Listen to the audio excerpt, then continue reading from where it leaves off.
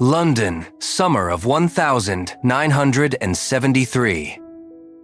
Under the dim, smoky lights of the White City Stadium, Ray Davies, the restless genius behind the Kinks, walked onto the stage with hollow eyes and a forced smile.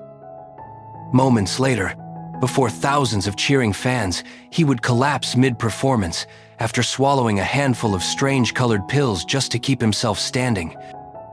The man who once wrote bright, nostalgic songs about English life was now slowly drowning in his own darkness. Behind the charm and wit of his lyrics hid a fractured soul.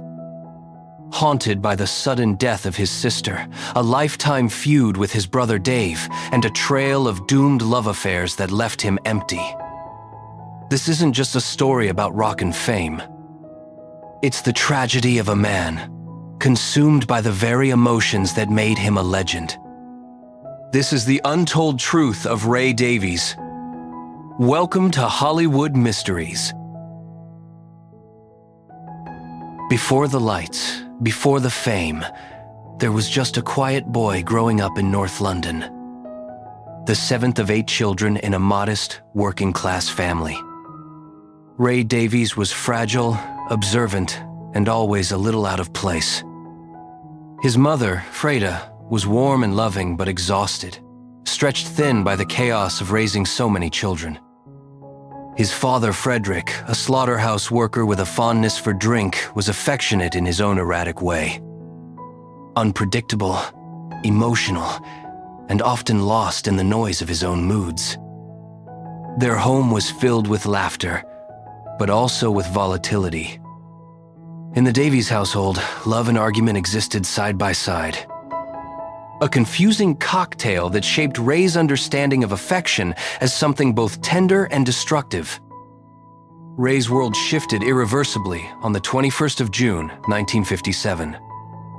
His 13th birthday. His beloved sister, Renee, the one who always encouraged his creativity, had just returned from Canada to celebrate with him. That evening, she gave him a Spanish guitar. A small, radiant gift that would define his life. Hours later, while dancing at the Lyceum Ballroom, she collapsed and died suddenly from a heart condition no one knew she had. The tragedy tore through the Davies family like a silent explosion.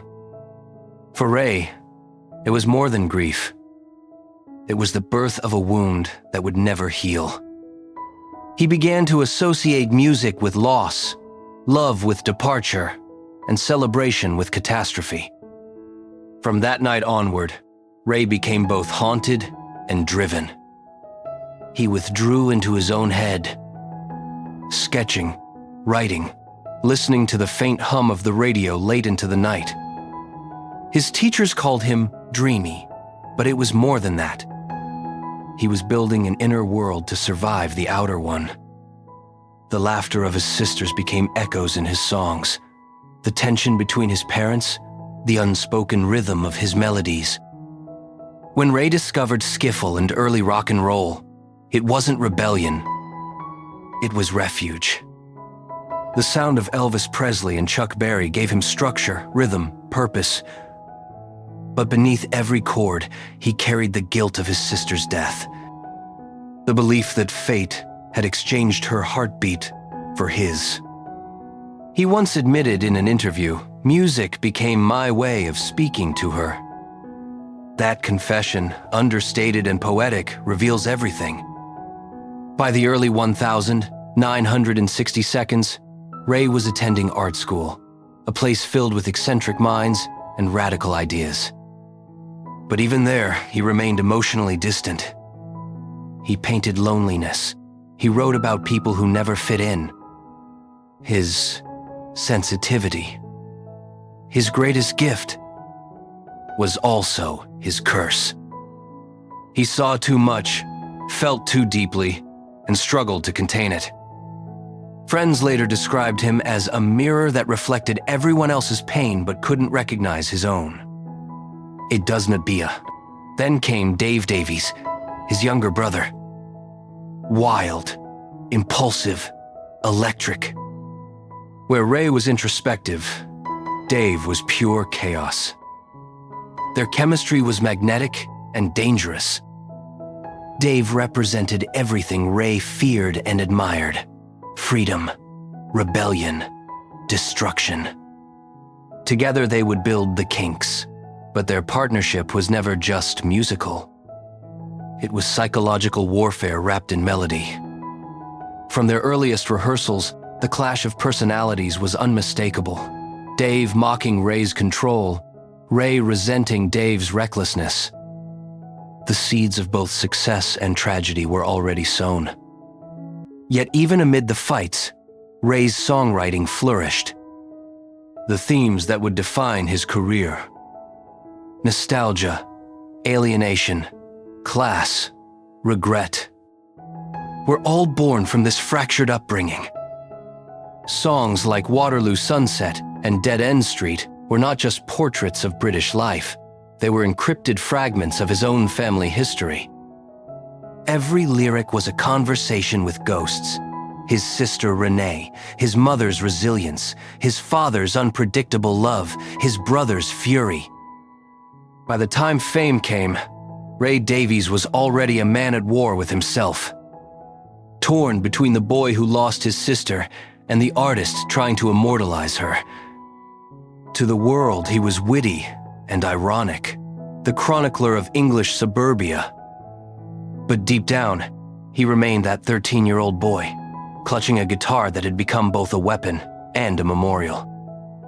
And though no one could see it yet, the same sensitivity that made him a lyrical genius was slowly turning inward, ready to consume him from within.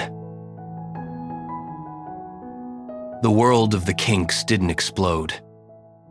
It cracked open, raw and imperfect, like the people who made it. When Ray Davies first led his band through the grimy pubs of North London, he wasn't chasing fame. He was chasing a sound. Jagged, human, real. In 1964, that sound became immortal. You Really Got Me wasn't just a song. It was a rebellion carved into 3 distorted chords. The track's primal riff, created by Dave Davies' razor-slashed speaker cone, captured teenage frustration and British grit in a way no one had heard before. Overnight, the Kinks became both cult and curse. Celebrated for their raw honesty, banned by you. And unions for on-stage fights, and adored by kids who saw themselves in their chaos. For Ray, it was vindication. But it was also the beginning of the cage. Success came faster than he could process it. Reporters painted him as the moody genius. Managers called him difficult. And behind the calm wit, he was quietly falling apart. The Kinks' American ban, 1965-69, following a backstage brawl and union disputes, cut them off from the world's biggest market. For any other band, it would have been career suicide. For Ray, it was isolation. A forced exile that deepened both his writing and his paranoia. While the Beatles conquered America, Ray turned inward, documenting the quiet misery of English life with surgical precision. He wrote, "A well-respected man, sunny afternoon, Waterloo sunset." Songs that looked elegant on the surface but were dripping with melancholy underneath. Every line was a contradiction, bright melodies, hiding cynicism, humor concealing pain. His lyrics became small acts of rebellion against the machinery of fame. While everyone else sang about love and liberation, Ray wrote about debt, disappointment, and the slow suffocation of middle-class life. "I wanted to write about the people who don't win," he later said. And in doing so, he made losing sound like poetry. But there was a price. The more personal his work became, the more fragile he grew.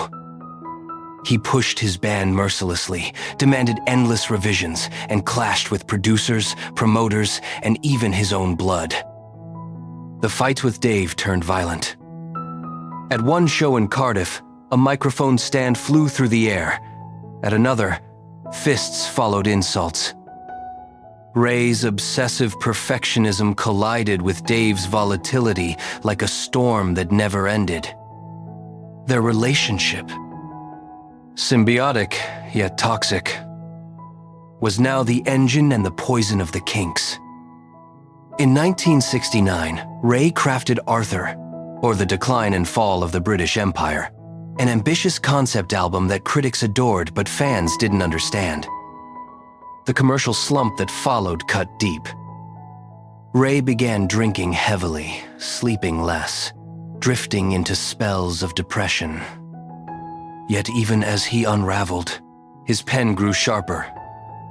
He built entire worlds inside songs, working-class parades in Victoria, lonely dreamers in Waterloo Sunset, the bittersweet nostalgia of Shangri-La.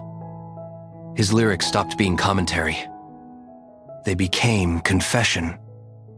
Then came 1970 and Lola. The song, half scandal, half satire, became one of their biggest hits. Its subject, an encounter between a man and a transgender woman, shocked radio stations and thrilled the public. Ray had turned his obsession with identity, irony, and misunderstanding into art. But success was double-edged. Every hit widened the gap between his public image and private despair. He was the witty chronicler of British life. Yet at home, he was emotionally absent, volatile, and unpredictable. His marriage to Rasa Dids-Petrus was already disintegrating. Rasa had sung the backing vocals on many of the Kinks' early songs, her voice a ghostly echo behind Ray's sarcasm. But by the early 70s, the warmth between them had gone cold. She left, taking their 2 daughters, and with her departure, Ray's thin grip on stability began to fray. Friends later described him as adrift, half genius, half ghost. He would spend nights alone at the piano, playing half-finished melodies that dissolved into silence. Despite the personal chaos, he couldn't stop creating. He built Muswell Hillbillies 1971, part social diary, part confession.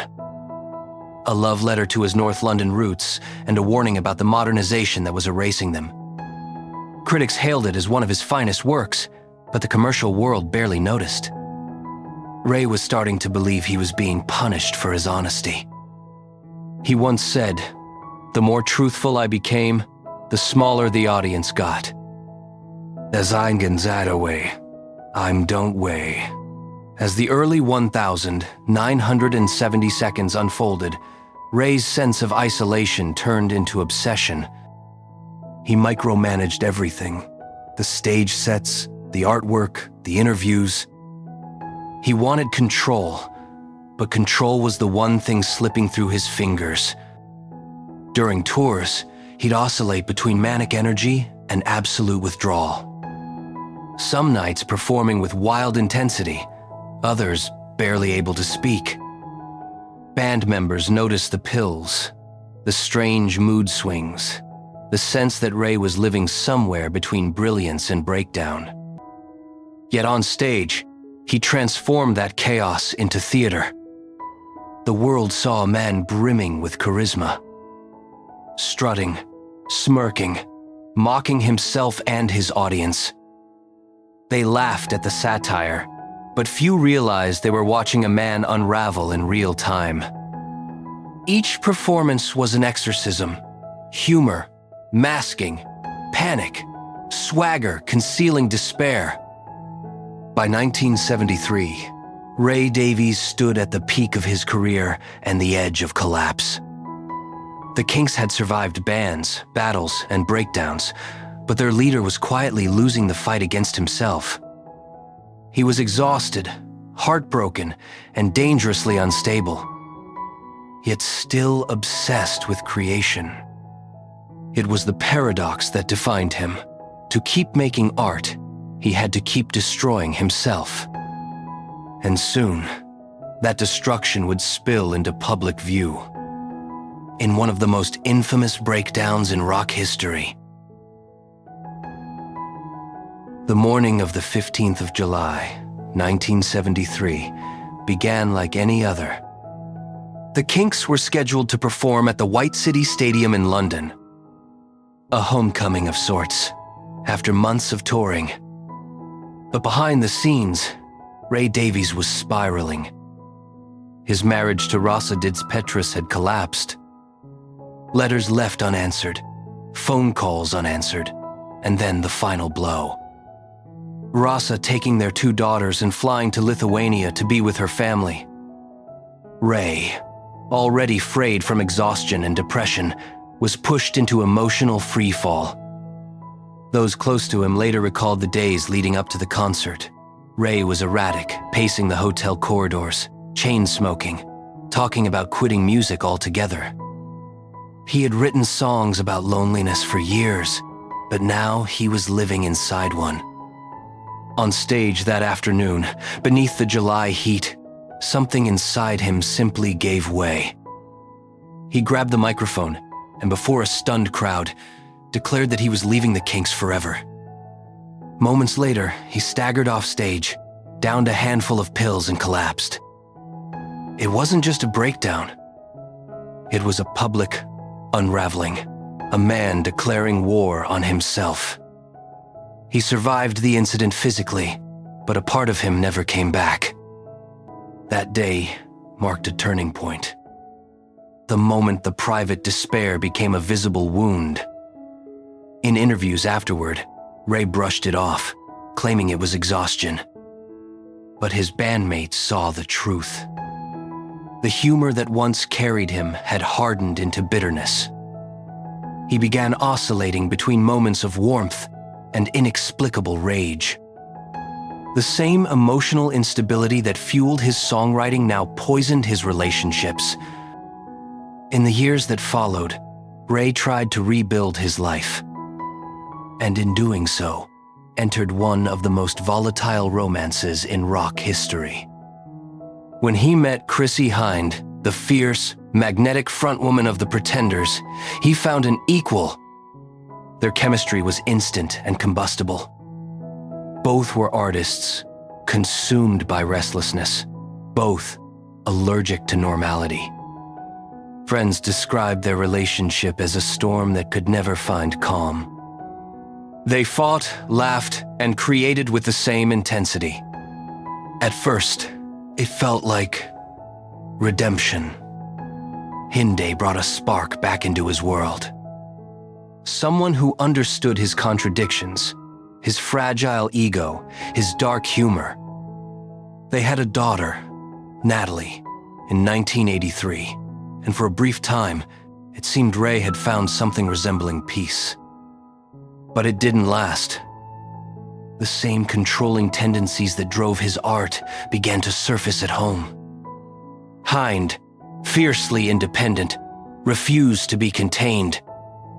Arguments grew frequent, and when they tried to marry at a registry office in Guildford, the clerk, sensing the tension, reportedly told them to come back another day. They never did. The union that could have saved him instead became another fracture line in an already broken life. Ray's letters and later lyrics reveal the contradictions of that love. Tender one moment, cruel the next. He once told a journalist, "I love fiercely, but I ruin everything I love." That confession reads like prophecy. Songs from this era, like Too Hot and Property, drip with both affection and resentment. They are love letters, written with a blade. Hynde would later describe Ray as impossible, brilliant, and heartbreakingly self-destructive. I have goes nigh. Their relationship deteriorated under the same pressures that had crushed his marriage: emotional distance, mood swings, creative obsession. Ray lived as if every connection was a performance, part truth, part theater. And when the curtain fell, he was left alone again, surrounded by the ghosts of his own making. Meanwhile, the feud with Dave Davies reached new levels of toxicity. What had begun as sibling rivalry had become open warfare. Dave accused Ray of stealing credit, of manipulating everyone around him. In one infamous interview, he spat the words, "Ray is a control freak. He sucks the life out of everyone. He's a monster." Ray never responded publicly, but privately, he carried the wound like a scar. The two brothers would continue to share stages for decades, but the bond was long dead, replaced by a strange mixture of dependence and disdain. As the 1,980 seconds approached, Ray tried to reclaim control by turning the Kinks into a theatrical spectacle. He directed short films, concept albums, stage shows, anything to channel the chaos into art. But the audiences had changed. The youth who once screamed for "You Really Got Me" had grown older, and the new generation didn't understand his irony or his pain. Each record felt like a plea for relevance and redemption, yet none filled the void. There's a haunting symmetry in how Ray's relationships mirrored his career. Every peak followed by collapse. When he wasn't fighting his brother, he was fighting the industry. When he wasn't sabotaging success, he was sabotaging love. Behind every creative triumph was a private catastrophe waiting to happen. His life had become an endless cycle of creation and destruction. Love feeding art, art feeding madness. By the late 80 seconds, Ray was no longer the symbol of British wit and rebellion. He was a man, quietly unraveling behind the legend. In his notebooks from that period, he wrote phrases like, "I'm trapped in my own songs, and I build worlds I can't live in." Those weren't metaphors. They were diagnoses. And yet, through all the heartbreak, all the failed loves, Ray Davies continued to write. Perhaps because writing was the only form of survival he knew. But as history would show, survival and happiness were never the same thing. By the time the world reached the late 1,980 seconds, Ray Davies had already lived several lifetimes. As a pop idol, a cultural chronicler, and a wounded soul performing for ghosts. But what fame had built, his mind was quietly dismantling. The cracks were no longer hidden. They were there in every interview, every performance, every silence that stretched too long between words. The man once praised for his sharp humor now drifted through conversations like someone half awake. His emotional instability had deepened into something darker. A pattern of self-sabotage, bursts of rage, and long, paralyzing depressions. Friends called him the most brilliant man you can't save. On tour, he was unpredictable. One night, a dazzling storyteller. The next, silent and unreachable. The same spark that powered his genius had turned volatile. And the world, fascinated by his eccentricity, kept watching. Unaware that they were witnessing the slow disintegration of a man who no longer knew where the stage ended and real life began. In 1990, the Kinks were inducted into the Rock and Roll Hall of Fame. A night that should have been triumphant. For Ray, it felt like irony. As his brother Dave stood beside him, smiling stiffly for the cameras, Ray looked hollow, detached, like a man attending his own wake. The recognition came too late, and the wounds between them were too deep. The applause felt like judgment.